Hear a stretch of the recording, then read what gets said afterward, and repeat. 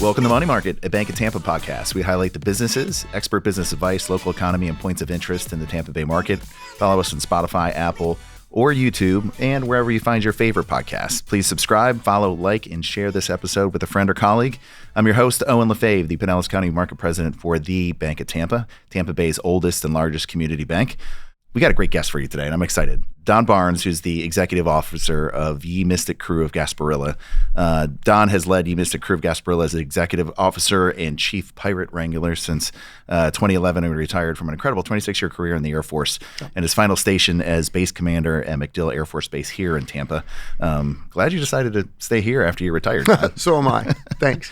So his military career included 6 promotions across 17 assignments around the world, including a deployment in Iraq and 5 different Pentagon assignments. So we were joking beforehand about not wanting to go back to the Pentagon. No, so not back in the vortex. You did enough of that, enough of the vortex. So during his service, Don earned 9 major awards and decorations, including the Legion of Merit with an oak leaf cluster. And is that when you get awarded more than once? The second time, yes. Okay, that's incredible. Right. And so that's I'm familiar with it. Actually, my dad was Navy, so I've heard of it, but I wasn't actually familiar. So I looked it up, and so it's awarded for outstanding service, fidelity, and loyalty, either in combat or non-combat positions. So an incredible honor. Thanks. Colonel Barnes, welcome to Money Market. That's my pleasure. Thanks for letting me join you. And thanks for the lapel pin. I love it. It's a nice celebration of a great year. We really had a good Gasparilla. It seemed like, the weather was perfect. Couldn't ask. And I feel like in years past, for whatever reason, we don't have a lot of bad weather here, but it's fallen on Gasparilla where it's cold, it's kind of rainy, but weather couldn't have been any better. Oh, absolutely. Yeah. Good weather makes a good pirate. I like that. So base commander, I want to start there. What was that experience like? It was a blast. Yeah. Best job you could ever have in the Air Force. So I had 2,004 people that worked for me out there. I had 6 different, we call them squadrons, so 6 different organizations that fell underneath my group. We had everything that made the base run. So security forces, so we had the police department, fire department, civil engineers, communications, all of the buildings, all of the houses, all of the golf courses, all of the restaurants, everything, the roads, the grounds, the grocery stores, everything that could possibly make the base run came underneath us, so that everybody else, responsibility. Absolutely, and it was so that everybody else could go to work and they could do their jobs, and they weren't worried about was their family going to be able to get fed, were they going to be able to securely get onto the base, and just make sure everything ran. Wow. So did you think that this was going to be your post-career, Absolutely post-retirement career? not. No, I had no clue whatsoever. So as executive officer, what is your responsibilities of Mystic? Well, on a daily basis, I manage the operations for our organization, which is, we call it a 501c7. It's a membership organization, a social organization, just like a country club or just like your PTA, fraternity, sorority, something along those lines. So we have what I call a public face and a private face. From a private face, we'll throw different parties throughout the year, social functions, whether it's a coronation ball to announce our new royalty for the year. We'll also have a captain's ball where we get ready to loot and pillage the city. So we do that 2 days before Gasparilla. We have a pirate's ball to end the year. And then we have different social events throughout the year. How many events are? Because I do feel, from the outside, I'm not a member, but from the outside, it feels like there's something going on constantly. There's pretty much at least probably about one a month is a good average. And then, of course, when you start getting into January, you start really compressing the schedule. So do you have staff that help you coordinate all of this? Or? Thank goodness I do. Okay, good. I have a full-time staff of 5 people. With 6, including myself, and I'm still the baby. Is that right? I've been with the organization now for 13 years. Okay. And the closest and you're the to rookie. me, I'm still the rookie. And we're so blessed. We're so fortunate. Tremendous talent. I have an accountant that's been with us for 25 years, administrative officer who's been with us for 25 years. And then out back, I have a father and 2 sons who build and maintain all of our floats and do all of our logistics. And the crazy thing about that is that you couldn't build the talent that I have in these three folks. One That's is incredible. He was a crew chief on F4s and F-16s. Wow, okay. So he was used to building and maintaining supersonic fighters. He's qualified, right? Yeah. And now he's worried about floats. And one of his sons used to be in the custom yacht building business. Okay. And his other son's an artist. So I go out great, there. Amazing company. It's incredible. Yeah. And they build, design, maintain all of our floats, and they're safe, they're smart, and they're beautiful. And I just stay out of their way. So how many floats are actually part of E-Mystic? Because there's other crews that participate in the parade, and maybe we could talk a little bit about that as well. But E-Mystic specifically, how many crews? How many floats? We have a dozen floats. Okay. In any given parade, we normally put 10 or 11 of those floats in there. We have one that's the octopus float that was built in 1956. That's right. Yes. Yeah. And so we don't use that as often, but it's paper mache of all the crazy things. And isn't it self-propelled? It was. Okay. It was. We took that motor out of there. You know, Okay. if you're only running those things once or twice a year, and you have a 1960s motor at that time, It's not dependable. Seals rot, seals dry up, and just too many challenges. Yeah. So I'd love to dig into some of the rich history and the folklore around Gasparilla and the crew. Maybe for those that aren't familiar, can you share some of that background and history for us? Yeah, we talked earlier about the history of the local area. You have to really go back to late 1800s, 1883. There were less than 708 people, or 1880. There were less than 700 people in Tampa, and HB Plant came down and built a railroad. And as soon as he did that, we started to take off. We went over. So, like time frame, like Fort Brooke was here, right? I mean, so MacDill wasn't here, but Fort Brooke was here. No airplanes at all. Okay. So it was 1883. Yeah. But it was December of 1883. I think the first railroad came down, and that railroad tied really the city of Tampa across to the east coast of Florida, which then was connected all the way up the east coast of the United States. Okay. So now we started to get people coming in here. And then you got closer to the 1890s, and some smart people in Tampa brought cigar rolling from the Keys up here. And now all of a sudden at 1900, we're at about 15,000 people. So now we have people, and we've got Cigar capital of the world at one Cigar point. capital. We're known for the Rough Riders and Teddy Roosevelt being here. And then all of a sudden you start thinking, well, how do we put Tampa on the map? So it really started with a conversation between the society editor for the Tampa Morning Tribune in March of 1904, and the port customs officer George Hardy, who'd come from New Orleans, and he knew Mardi Gras, and he also was fascinated with pirates, and they'd heard this lore of this mystical Jose Gasparilla, and they were fascinated by it. So Tampa was known for throwing a May celebration, and it was one year, I think, where it was aligned with the state fair. And so we had a lot of folks in town. And so they came up with Get a 2-for-1. Absolutely. And so they came up with this brilliant idea to form this mystical crew of pirates, revive the history of Gasparilla, started sending threatening letters starting in March and April, started sending those to the city, saying that Jose Gasparilla was going to come and claim his rightful heir to the throne. And that took place, and then in May of 1984. But the city knew about this, right? Oh, of course. Okay. They all were in on it. In fact, yes. Good. In fact, it was absolutely hysterical. This is not an Orson Welles event where they think there's an actual invasion. No. Pirates are coming. That's exactly it. It wasn't an invasion from Mars. They invaded the city in May at the May celebration. They brought in one float, and they had a crown that was made literally of cardboard. And that's now, by the way, that's still at the Plant Museum now. Is that right? In history. And so they came in and they invaded the city. There were 50 folks that were Tampa citizens who came in. 26 of them came in on horseback.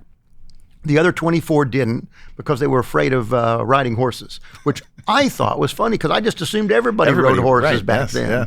But they came in, they invaded the city. They put one mini float in the parade, horse-drawn float, announced a king and queen, and the city said, oh, this is funny. You ought to come back and do that again.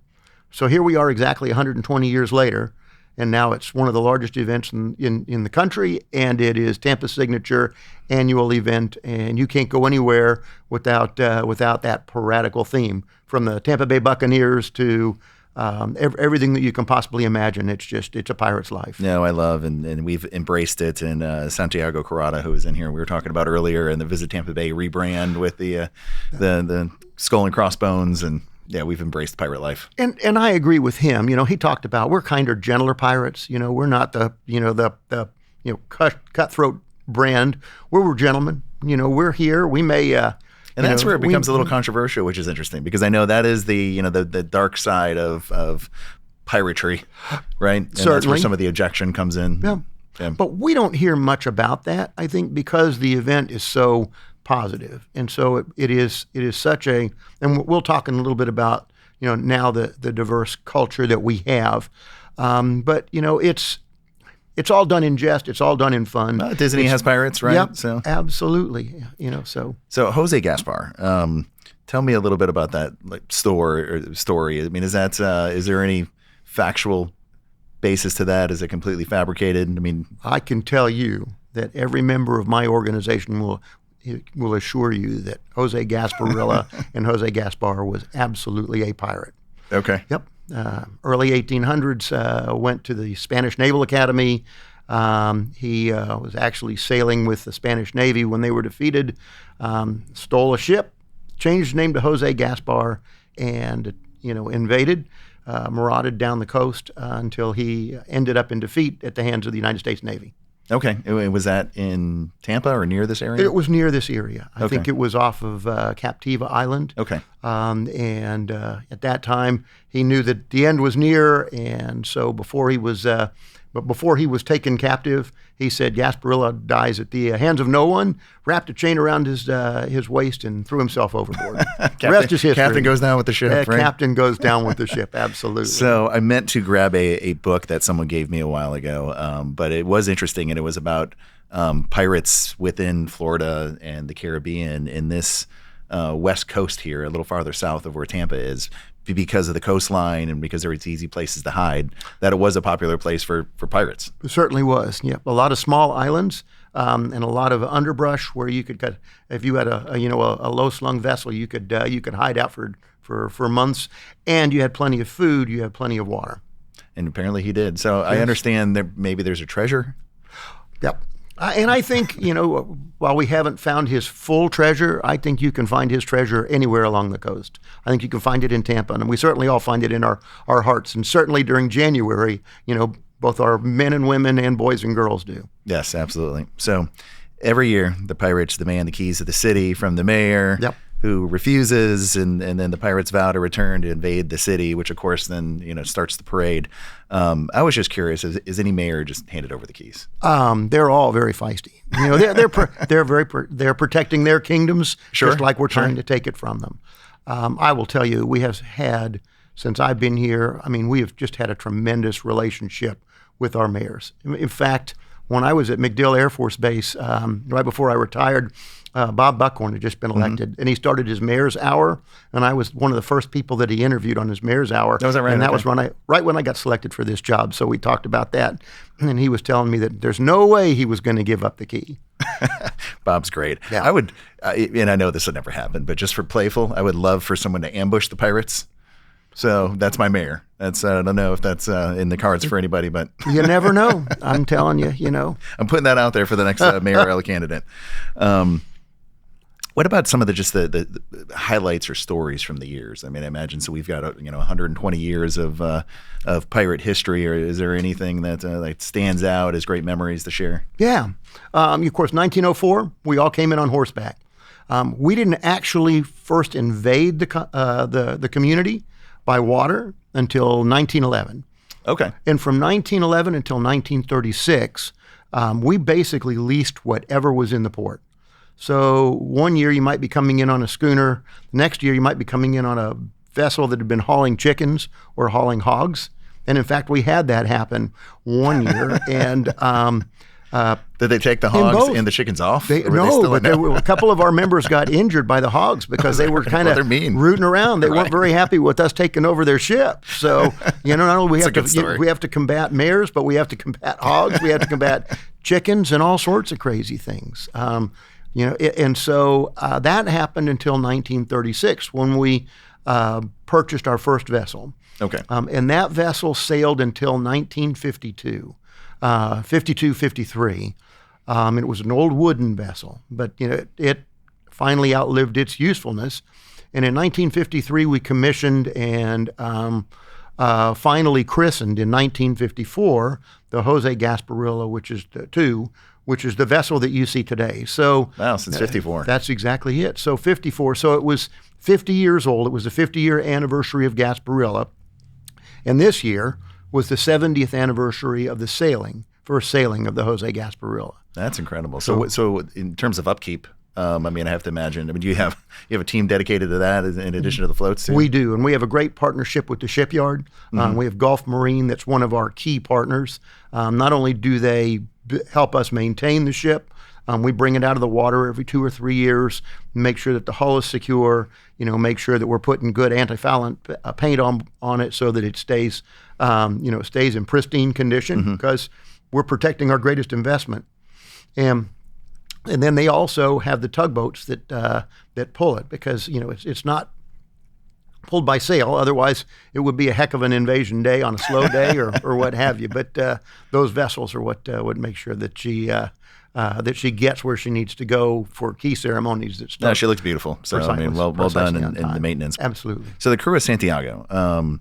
How did that evolve, and how did we end up with two parades?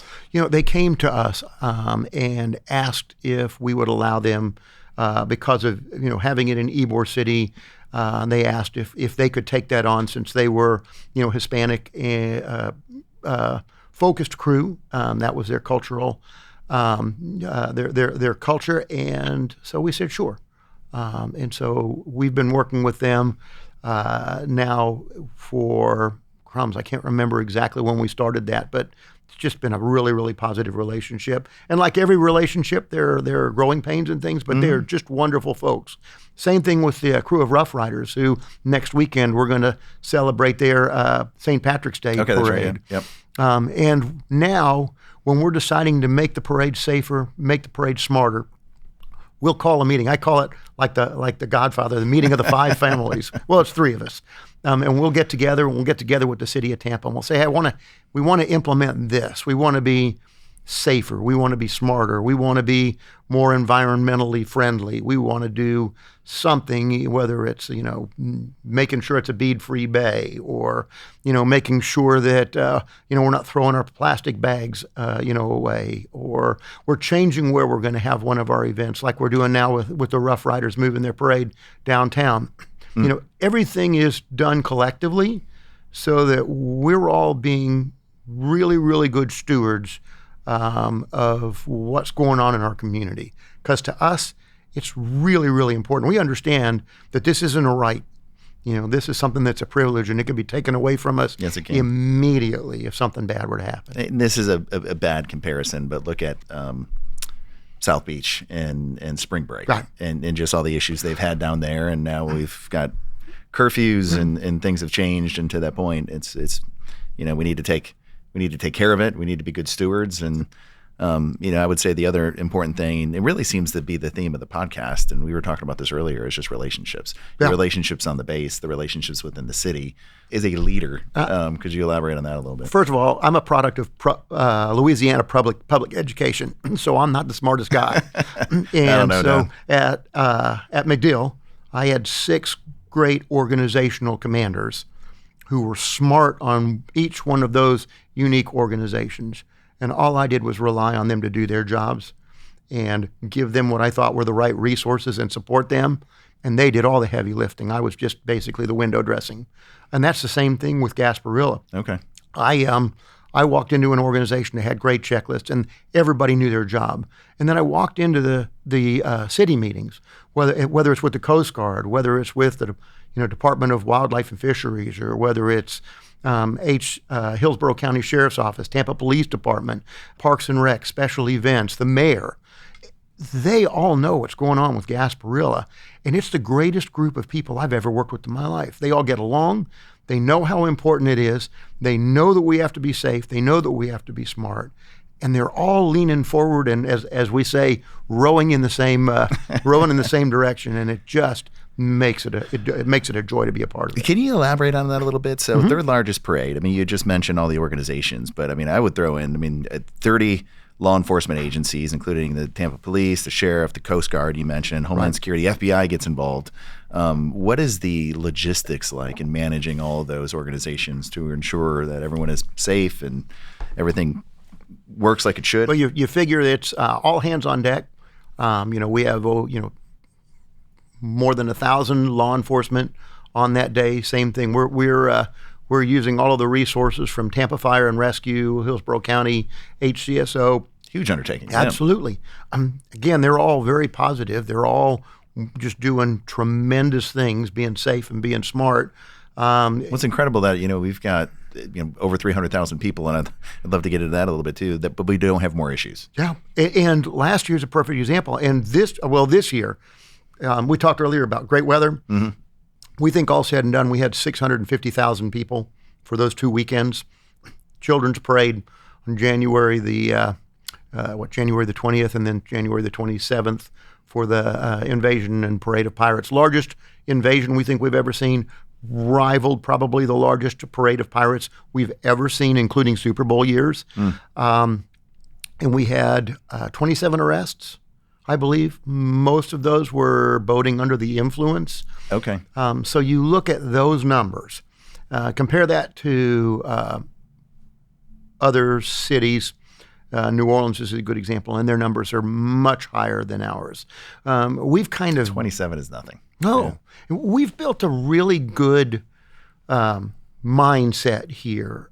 We reach out with the help of some of our major sponsors and with Tampa Police Department and HCSO, and getting into the schools and getting into the community and saying, we're not going to put up with what may be able to take place in other places. 21 is 21. Underage drinking, we're going to catch you. We're going to stop that. If you're doing something wrong, we're going to engage on that as quickly as possible and be smart. And I think with that in mind, people come out and they realize they can have fun, but the last thing we want is for somebody to get hurt or for something bad to happen. I mean, that's where I hold my breath for those weekends. I can imagine.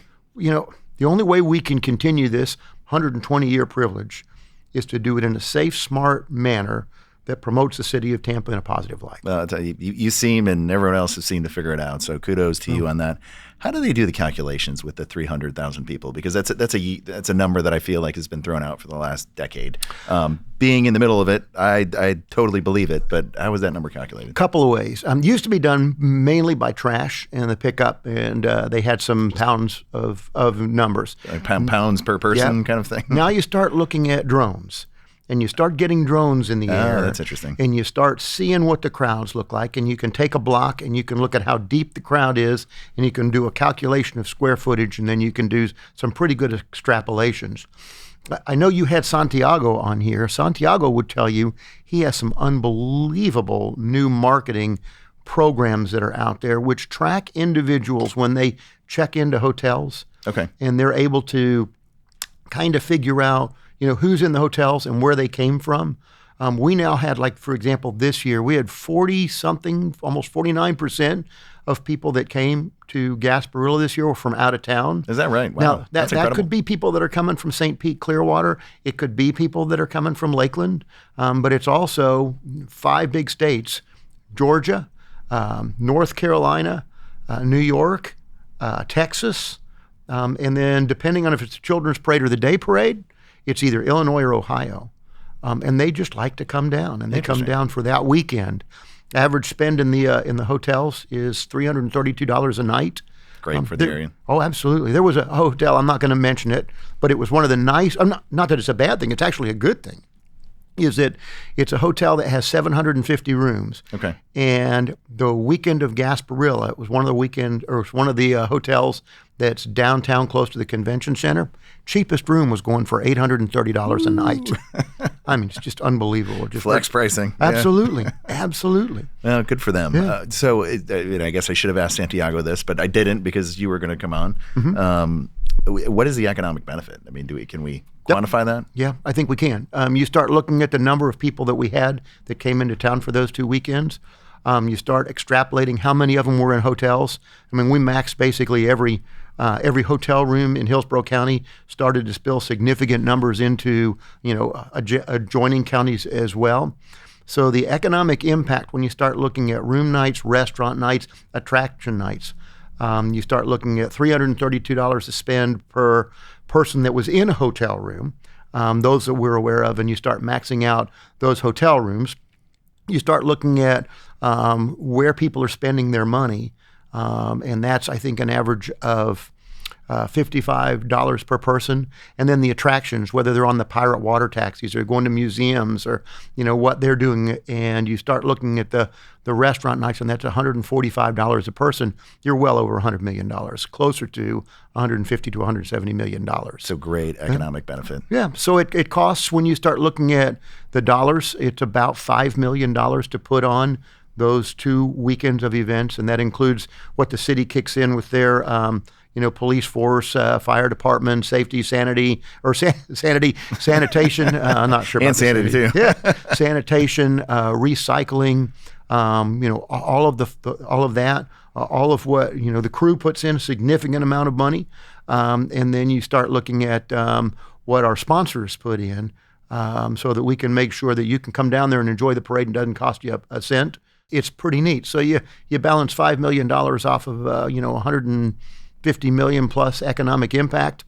And those dollars are great. That's a good ROI. Yes. As a banker, I definitely approve of those metrics. Now look at the second and third order effects of it, which is every year we have, let's say, 350,000 people that come into our city with less than 30 arrests.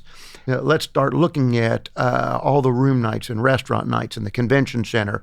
And we're able to do this year after year after year with very little significant challenge. And that's because we have that group of people that are rowing together, whether it's the city or the police department or Coast Guard or civic leaders and all. And when people are going, where are we going to bring the Super Bowl? Where are we going to bring the college national championship? Where is the International Indian Film Academy going to have their Bollywood ceremony? Where is Taylor Swift going to have her three concerts along with Billy Joel?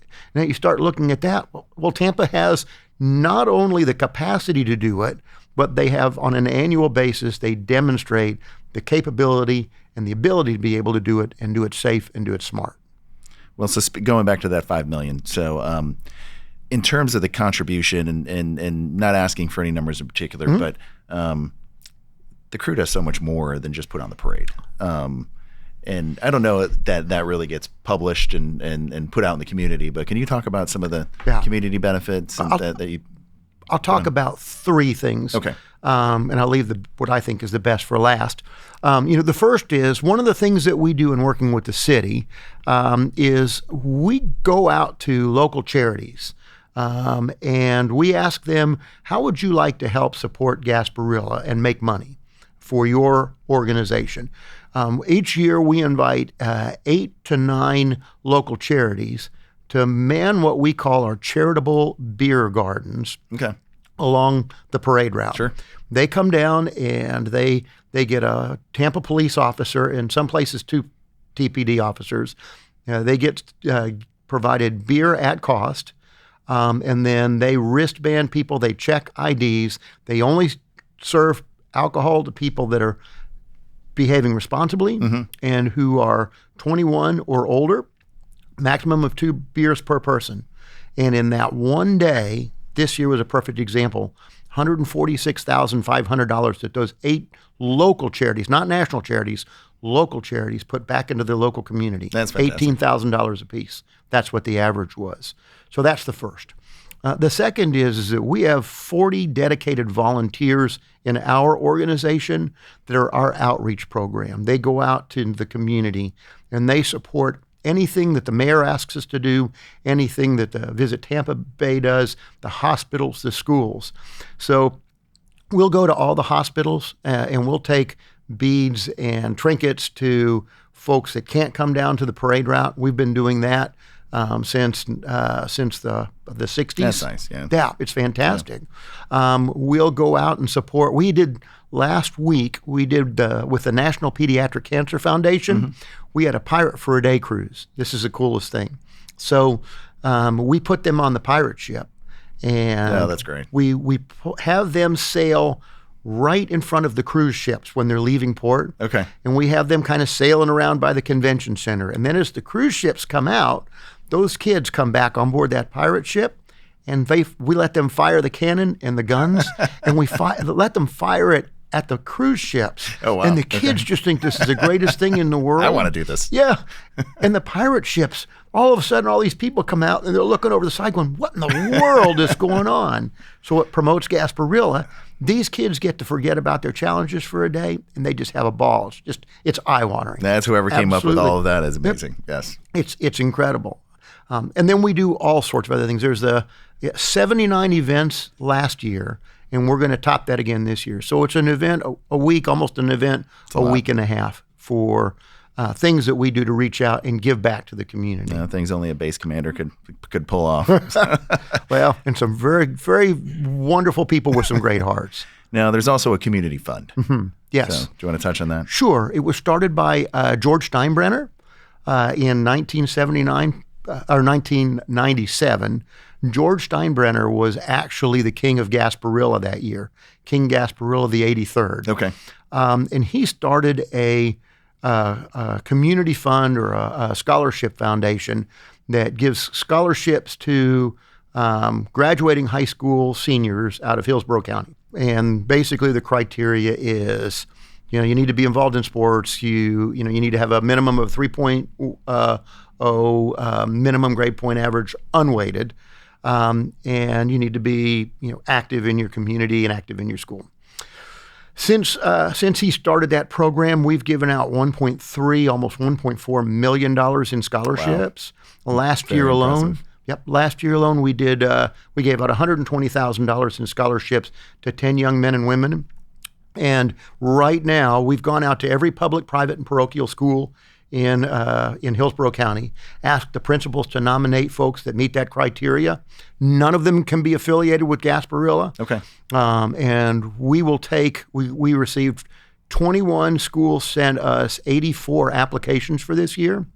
And we're reviewing those right now, and we will pare it down to the top 15 or so that have a demonstrated need. And then we will invite them in for an interview, find out where they want to go, and we'll send them anywhere they want to go. That's amazing. And average scholarship right now is $10,000 to $14,000, and it's amazing the impact that we have on some of these folks. Yeah.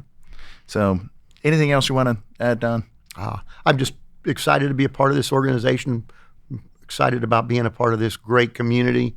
It's all wonderful relationships, and we just need to keep it moving in the right direction. We're excited to have you here. One thing I wanted to add, though, can we ban the Johnny Depp Jack Sparrow uniforms? I wish we could. Is there a committee that we can handle that? You're 6 people? If it were up to me, the only pirates would be us. But we have some legacies that are out there, and they've been with us, and they've been good partners. So we'll let them hang around. I understand. Don, thanks so much for coming on. It's my pleasure, my friend. Don, if people want to find out more about Gasparilla, where do you direct them to? I would send them to our website, which is GasparillaPiratefest.com, and it's everything you want to know so that we can have you join us next year. Great.